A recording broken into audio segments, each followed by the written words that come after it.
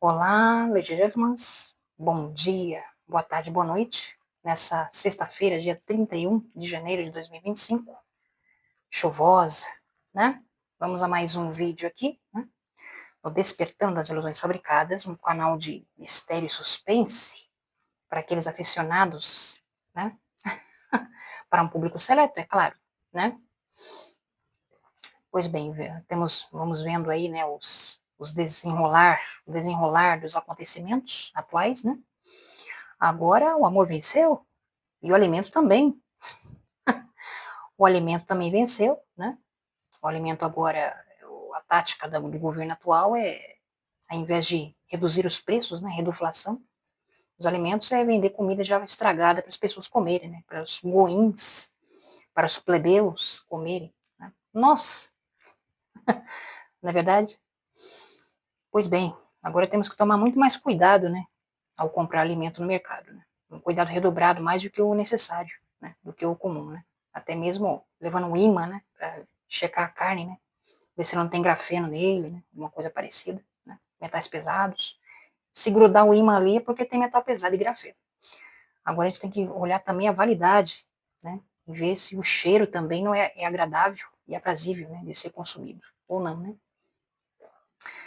Vemos agora, né, as pessoas desesperadas, né, também, pelo dinheiro, né, dinheiro fácil e rápido. Né? Por isso que hoje em dia a gente vê as feministas de hoje, né, muitas hoje em dia entrando de cabeça no OnlyFans e Privacy. Né? Na verdade, muitas hoje em dia, né, a gente vê um público seleto, né, de mulheres que hoje em dia você não vê no ônibus, né, no dia a dia, que entram de cabeça no negócio do job, né, né, e hoje em dia se torna cada vez mais comum, né. Deixa eu silenciar aqui as minhas notificações, né. Deixa eu ver se eu consigo silenciar aqui.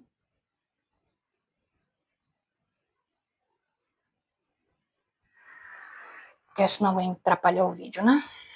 Então vivemos tempos particularmente perigosos, até para nós que somos transexuais, né, transgêneros, né, devido a essa mudança de governo, né, essa transição de governo, né, em relação às pessoas que são do guarda-chuvinha colorido, né, dessa seleção, né, dos que são amigos do rei e os que não são, né. Quem tem benesses do governo, né, e quem não tem. Né. Quem não tem benesses do governo vive das migalhas que caem da mesa dos senhores do mundo, né, e eu sou uma delas, né. Eu não sei se vocês aí são, né. Hoje em dia vemos discursos, né, de extremamente controversos, né, a divisão, né, de duas dos dois lados, do azul e do vermelho, brigando entre si, a grande narrativa do momento, né? Então vamos falar sobre a síndrome de Estocolmo, né, também, e o sistema de a magia financeira babilônica, né, como as pessoas são controladas através do dinheiro, da magia monetária babilônica. Na verdade, numa matéria que eu encontrei aqui no estilo urbano, né, vamos falar do síndrome de Estocolmo, né? O que é síndrome de Estocolmo? O que vocês entendem sobre a síndrome de Estocolmo, né?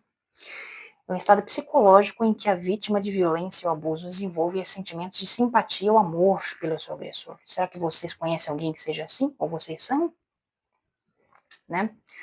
Eu estava vendo uma reportagem ultimamente, né? Hoje em dia, mulheres de condenados ou nos presídios, né? Pessoas presas no país, né? Hoje em dia, os presos têm aquelas mulheres, né? Que não são feias, não. Né? Se você for olhar bem, sempre as mulheres mais bonitas gostam dos mais cafajestes, né? Os bandidos, né? Ou aqueles que são desajustados da sociedade, não é verdade? E aquele trabalhador que come a xepa, né? O arroz, feijão e ovo, né? Não tem um tratamento adequado em casa, né? Muitas vezes, né? Não tem reconhecimento pelo seu esforço, né? Então se trata aqui do síndrome de Estocolmo, sentimentos positivos em relação ao agressor, simpatia pelas crenças do agressor e sentimentos negativos em relação à polícia, né?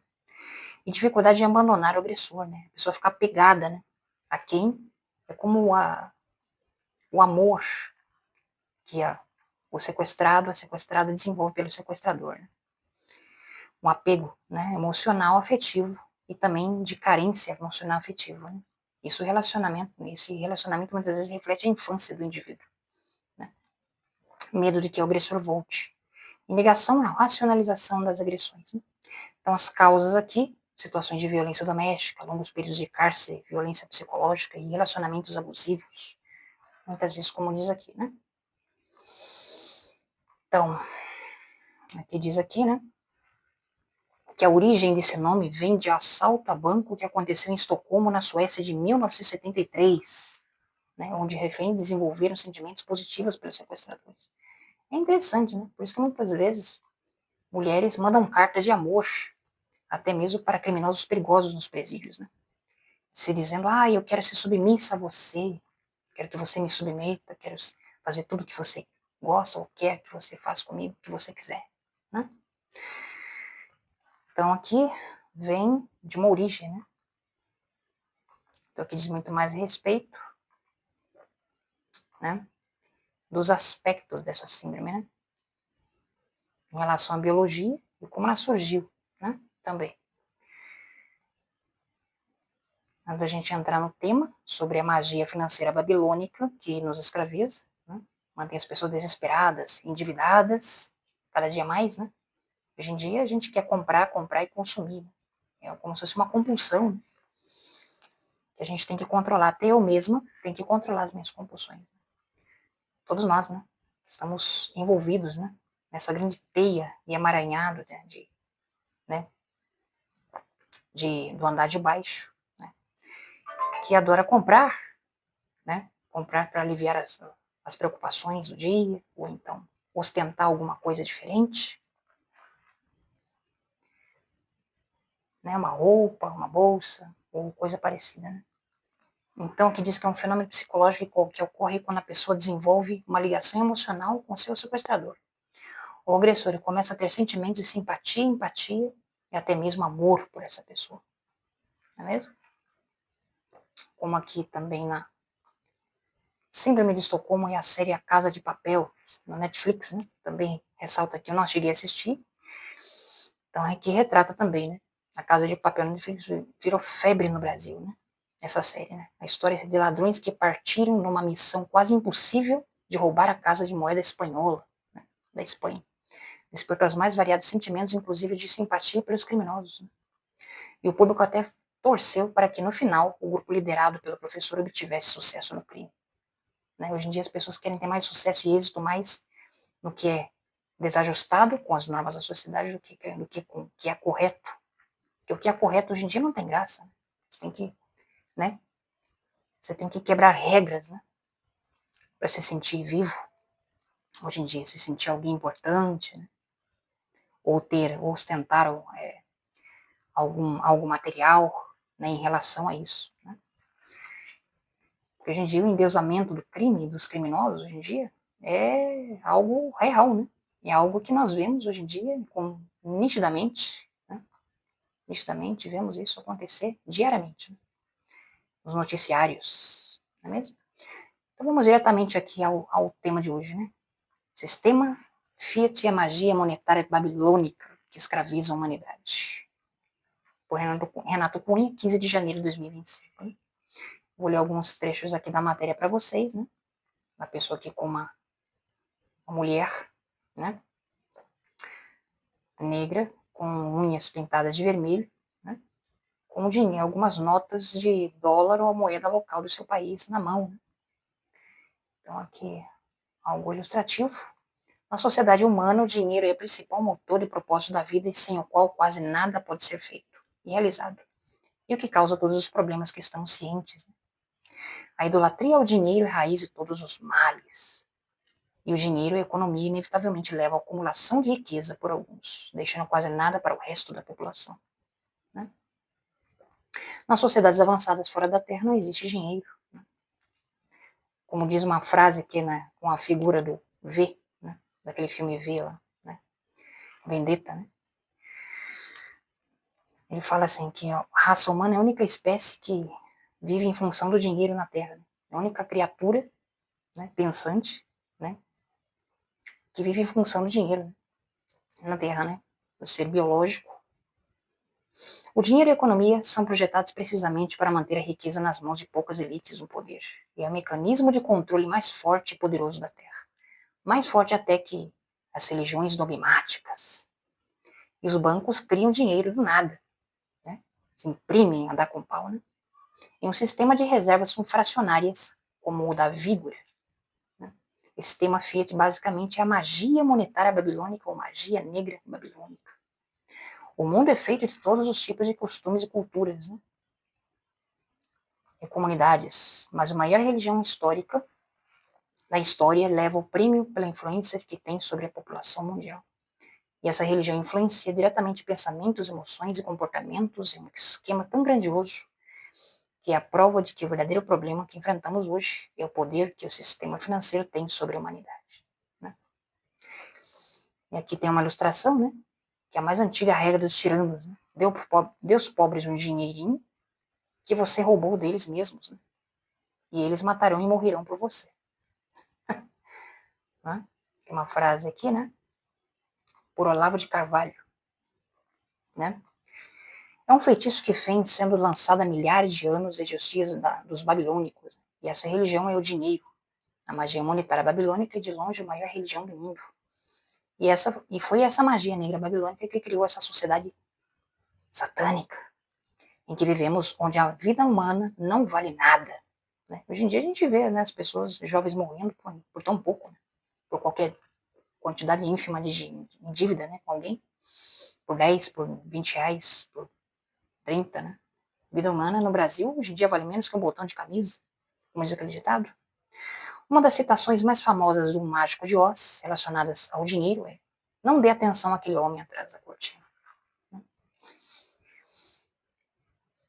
Embora nessa citação, ou seja, especificamente sobre dinheiro, me lembrou agora uma metáfora sobre atrás das cortinas. Né? Sobre a gente imagina um palco e um ventríloco com um boneco, né? Enquanto o ventríloco com o boneco ele fica ali no palco, né? Iludindo, distraindo as pessoas com o boneco, falando, ele manipula, né? Se manipula o boneco, ninguém percebe que quem manipula o boneco é o manipulador que está atrás do boneco, né? Então, enquanto as pessoas se distraem com as mídias tradicionais, convencionais, as pessoas não percebem que isso acontece na calada da noite. E só se dão conta tarde demais. Não é verdade? Então, vemos aqui, né? Especificamente sobre dinheiro, significa que o momento em que a ilusão do poder da riqueza é revelada. Na história, o Mágico de Oz se apresenta como uma figura grande e poderosa, mas quando Dorothy e seus companheiros descobrem a verdade, isso destaca a ideia de que as aparências enganam. A citação implica em focar muito em símbolos externos de riqueza ou autoridades para poder distrair do que realmente importa. Ela serve como um lembrete para olhar além da superfície e buscar a substância genuína, em vez de ser cegamente influenciado por aparências externas ou pela busca da riqueza material. Né? Hoje em dia nós contamos no mercado, né, as moedinhas e os caraminguás na carteira para fazer uma compra no mês. A gente não sabe se faz a compra ou paga a conta, né, do mês, né? Ou pagar uma dívida no banco, no cartão. Muitas vezes, né? Às vezes muitas vezes as pessoas iludidas caem em golpes, né? Ou na ideia de você poder arrecadar mais dinheiro com esses investimentos, né? Como eu também caí nesse golpe. Né? Às vezes, a gente tem que tomar certas decisões na vida em que implicam, né?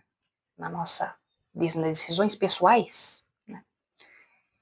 Então, né? Isso é individual, né? De cada um. Né? E a conexão entre finanças e o divino era reforçada pelos sacerdotes, né? Que diz sobre na antiga babilônica, né? O dinheiro e a riqueza não eram vistos meramente como posses materiais, né? Eles estavam profundamente entrelaçados com práticas místicas e ocultas que conectavam o reino espiritual e o físico. Muito curioso isso. E os babilônicos acreditavam que os deuses controlavam o fluxo de riqueza e eles criaram sistemas elaborados e rituais e símbolos para canalizar o favor divino. Então vemos hoje o controle, né, através do comércio e do dinheiro, né, das pessoas. Né? Porque as pessoas hoje em dia sem dinheiro elas perdem a cabeça. Né? Vão assaltar, vão roubar, vão cometer crimes. Né? Na verdade, ou então vender seus corpos, né? Vender seus órgãos, né? Em desespero muitas vezes, um ato de desespero. Né? Então, essa conexão entre finanças e o divino era reforçada pelos sacerdotes, até mesmo vender seus filhos, né? Vender os próprios filhos, né? Em troca de dinheiro. Né? Reis governantes que usavam suas autoridades espirituais para manipular a economia ao seu benefício. Rituais, orações e sacrifícios eram realizados para invocar prosperidade. E os governantes se posicionavam como intermediários entre os deuses e o povo, garantindo um fluxo de riqueza que permanecesse sob seu controle. Né? Então, essa suposta autoridade sagrada, no entanto, era frequentemente uma máscara para manipulação financeira, onde o próprio dinheiro se tornava objeto do poder oculto, como diz aqui. Né? Então, aqui, esses rituais também não se limitavam a práticas espirituais abstratas. Né? Eles tinham efeitos tangíveis nos sistemas econômicos. Né? Tudo é ritualístico. Por exemplo, certos amuletos ou inscrições podiam ser usados para selar acordos ou garantir o sucesso de uma transação comercial, muito parecida com contratos seguros modernos, né, que nós vemos hoje. Os reis da Babilônia eram conhecidos por manipular os ciclos lunares e planetários, não é mesmo? Pois acreditava-se que eles influenciavam os resultados financeiros. Hoje em dia, tem relacionamento também, né, com questões metafísicas, né, espirituais, né, como o Grande Conselho, né, que aconteceu em 1700, desde a primeira Revolução Industrial, né, em que a criatura caída rebelada e seus anjos, os demônios, se reuniram, né, com o conhecimento que tinham da Bíblia, né, de todo, desde o início da história, poderiam, né, saber o que aconteceria lá na frente, né, nos nossos tempos que estamos testemunhando hoje, né, e como eles poderiam intervir nos acontecimentos e manipular os acontecimentos, né, que estamos vendo hoje. Né. E aqueles que resistem até hoje são privilegiados, né. Claro que aqueles que realmente mantêm uma visão mais apurada das questões, não só seculares como espirituais também, né? Do que aqueles que andam às cegas, né? Pois bem, então que diz que esses ciclos financeiros, né? Seus resultados aqui na economia, né? E essa confluência de controle financeiro e poder espiritual permitiu que a classe dominante mantivesse o domínio, né, garantido que a riqueza da Babilônia permanecesse concentrada nas mãos de poucos, como é hoje, né? Enquanto as massas, incautas e nécias, né, estavam presas por restrições mágicas e materiais, né? Como são as pessoas mais pobres e paupérrimas de hoje em dia, né? Depauperadas, né? O sistema babilônico de feitiçaria financeira não era apenas um meio de acumulação de riqueza, mas também uma ferramenta de controle social que ecoaria por toda a história. Então, vemos aí o legado da fraude do roubo, né? da Babilônia aos sistemas modernos, né? Como ela funciona hoje. Né? Como fala do Fed também, né? Federal Reserve, o System e outras moedas fiduciárias que circulam hoje em dia. Né? Funciona de forma semelhante às moedas lastreadas na Babilônia, né? Bem semelhantes a elas. Em ambos os sistemas, a moeda não está vinculada a um recurso tangível, mas sim à confiança e autoridade das instituições que emitem. Né? Como o BIS, por exemplo, né, também, falo do BIS, envolvido também, né? O dinheiro de monopólio disfarçado, né? Moeda fiat. Né? O dinheiro fiduciário, como o dólar americano e o euro, não é lastreado por metais preciosos, como o ouro ou prata, nem está vinculado a nenhuma mercadoria física. Né? Em vez disso, seu valor vem da confiança que as pessoas têm no governo ou banco central que o emite. Isso significa que o dinheiro que usamos todos os dias não tem valor intrínseco, é simplesmente um pedaço de papel com um número estampado nele. E com a marca, né, de Semiramis, né, com a marca Illuminati, né, estampada nele também, né, mesmo que seja discretamente. Não é verdade? Então deixo com vocês, como diz aquele ditado, né, que o diabo se esconde nos detalhes. Deixo com vocês mais esse vídeo, mais essa análise e reflexão, em mais um